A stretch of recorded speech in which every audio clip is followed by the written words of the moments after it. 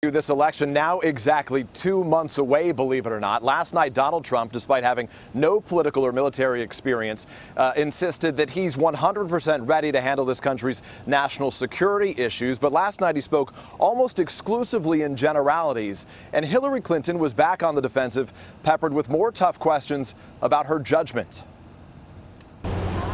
The first showdown on a single stage, Clinton and Trump going back to back and toe to toe. The former Secretary of State appearing first, followed by the real estate mogul. The Republican nominee blasting many of the nation's military leaders. I think under the leadership of Barack Obama and Hillary Clinton, the generals have been reduced to rubble. They have been reduced to a point where it's embarrassing for our country. Trump offering no new specifics about his strategy for defeating ISIS. When I do come up with a plan that I like and that perhaps agrees with mine or maybe doesn't, I may love what the generals come back with. I will convene. But you have your own plan. I have a plan. Clinton vowing under her leadership the U.S. will defeat ISIS, now making a major campaign promise. They are not going to get ground troops. We are not putting ground troops into Iraq ever again. And we're not putting ground troops into Syria. While Clinton again admitted her vote for the Iraq war was a mistake, Trump again falsely presented his position on the war before the invasion. I was against the war in Iraq because I said it's going to totally destabilize the Middle East, which it has. But here he was with Howard Stern in 2002. Are you for invading Iraq? Yeah, I guess so. You know, I wish the first time it was done correctly.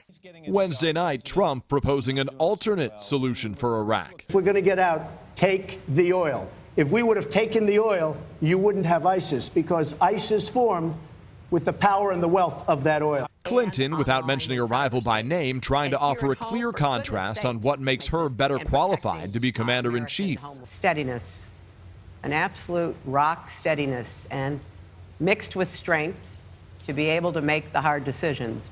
Meanwhile, Trump praising Russia's Vladimir Putin while attacking President Obama. The man has very strong control over a country. Now, it's a very different system, and I don't happen to like the system. But certainly in that system, he's been a leader far more than our president has been a leader. And Clinton again on defense over her use of a private email server. As I have said repeatedly, it was a mistake to have a personal account. I would certainly not do it again. I make no excuses for it. The former Secretary of State pushing back against questions about her handling of classified information. I did exactly what I should have done, and I take it very seriously. Always have, always will. And while Clinton defended her time at the State Department, Trump defended this tweet from 2013 about the number of unreported sexual assaults in the military. Writing at the time, what did these geniuses expect when they put men and women together? It is a correct tweet. There are many people that think that that's absolutely correct. The bottom line, many Americans still widely believe that these are two deeply flawed candidates, two of the most unpopular political presidential nominees in modern history. They were shaky at times last night, leaving plenty of room for improvement, perhaps a silver lining for both Clinton and Trump. This was really just the scrimmage before what's certain to be a political Super Bowl. That first debate now just 18 days away. Matt and Savannah. All right, Peter Alexander, thank you. Hello, Today fans. Thanks for checking out our YouTube channel. Subscribe by clicking that button down there and click on any of the videos over here to watch the latest interviews, show highlights, and digital exclusives.